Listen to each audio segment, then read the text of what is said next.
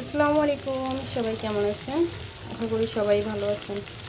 আজকে সারাদিন রান্নাবান্না কোনো কিছুই হয় নাই। কালকের একটু খাবার দাবার ছিল, ওগুলোই খাইছি। তো এখন সন্ধ্যাবেলা রান্না করতেছি। ফেসবুকে একটা রেসিপি দেখছি, ওইটা দেখে একটা রেসিপি বানাইতেছি। দেখছি যে ছড়া কচুর ডাল, চিংড়ি মাছ দিয়ে ছড়া কচুর ডাল।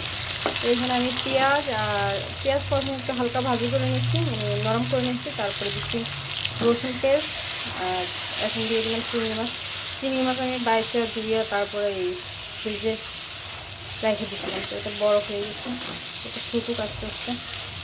তো আমি এর মধ্যে দিয়ে দেবো একটু হাফ চামচের মতো হলুদের গুঁড়ো। আমি বেশি একটা বানাবো না, প্রথমবার বানাইতেছি, তো এই জন্য 1 চামচের মতো মরিচের গুঁড়ো, স্বাদ মতো লবণ, এতটুকু একটু দিই, কাঁচা তেঁতুল দিব তো লবণটা একটু বেশি। আর এখন এগুলো একটু মিক্স করে দেবো।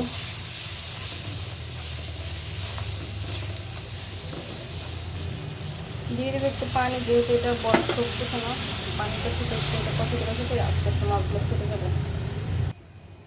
যেহেতু মাছ আছে, একটু জিরে পাউডার দিই।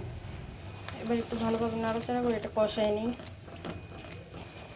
এটা কষাইতে কষাইতে কয়েকটা কথা বলি, সেটা হচ্ছে যে রিলেশন নিয়ে, ঠিক আছে? আপনার ওয়াইফ, আপনার হাজব্যান্ডকে কিন্তু মানুষ, বাইরের মানুষ এই জন্য কুবুদ্ধি দিবে, মানে তারা জেলাস থাকবে। হয়তো আপনাদের মধুর সম্পর্ক আছে, সেই কারণে হয়তো সেটা নষ্ট করার জন্য আপনার পাওয়ার, আপনার রুতবা, আপনার শক্তি, এগুলো সব নষ্ট করার জন্য, মানে তারা নিজেরা বড় থাকার জন্য কৌশলে আপনার সম্পর্ক নষ্ট করে দিতে চাইবে। আর এই জিনিসগুলো আপনাদেরই নোটিস করতে হবে, কে আপনার ভালো চায়, কে আপনার খারাপ চায়, ঠিক আছে? তো সবসময় চেষ্টা করবেন যে সবসময় নিজেরটা বোঝার চেষ্টা করবেন যে আমার সংসার আমারই থাকবে, আমার হাজব্যান্ড আমারই থাকবে, আমার ওয়াইফ আমারই থাকবে।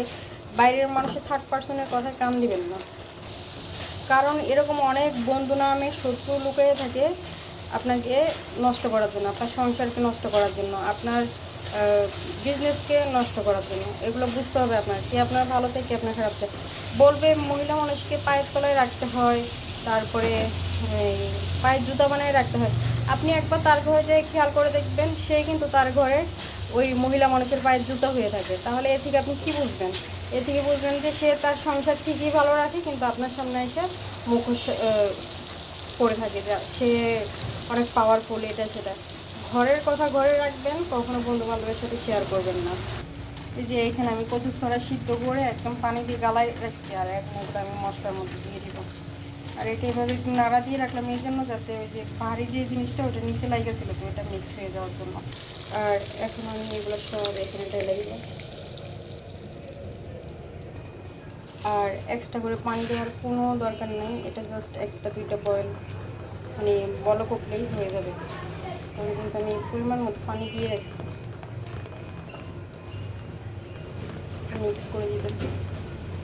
আমি মনে হয় ইদানিং একটু তেলটা বেশি খাই, আমার তরকারিতে শুধু তেল ভাসে, অথচ আমাকে ডাক্তারে বলছে একটু তেল কম খাওয়ার জন্য, আর গ্যাসের প্রবলেম হয়। আর এখন দিয়ে দিব তেঁতুলের কাজ, আমি বিচি সহকারে দিতেছি, কারণ ওগুলো কাঁচা তেঁতুল। এমনি আমি ফেসবুকে দেখছি যে ওরা ওই মানে এটারে তরল করে তারপরে দেয়, কিন্তু আমি ওইভাবে দিব না, বিচি সহকারে দিব। এটা দেওয়ার কারণ হয়েছে এটা একটু টক টক লাগবে, এটার একটা আলাদা ফ্লেভার আসবে। আর যদি গাড়িতে, মানে আমি তো গাড়ি বলি, কচুর ছড়াতে যদি একটু গলা ধরে, তো ওইটাও সেরে যাবে, কিন্তু আশা রাখি ধরবে না, কারণ এগুলো আমি হাত দিয়ে চটকাইছি, তো আমার হাত চুলকায় নেই। আর আমার কাছে আগেকার দিনের রান্নাবান্না খাইতে একটু ভালো লাগে, কারণ আমার শাশুড়ি ছিলেন আগেকার দিনের, তো উনি অনেক সুন্দর সুন্দর রান্না করতেন আগেকার দিনের, যেগুলো খাইলে মানে এমনিতেই মন ভালো লাগে, মানে খাইতে অনেক বেশি মজা লাগে আর কি। তো উনি যেহেতু নাই আমাদের মাঝখানে, তো ওনাকে অনেক বেশি মিস করি। তবে যতটুকু উনি আমার সব রান্না উনি শিখাই দিচ্ছে, তো ওনার থেকে আমার অনেক আইডিয়া আছে, অনেক রান্নাবান্না শিখছি।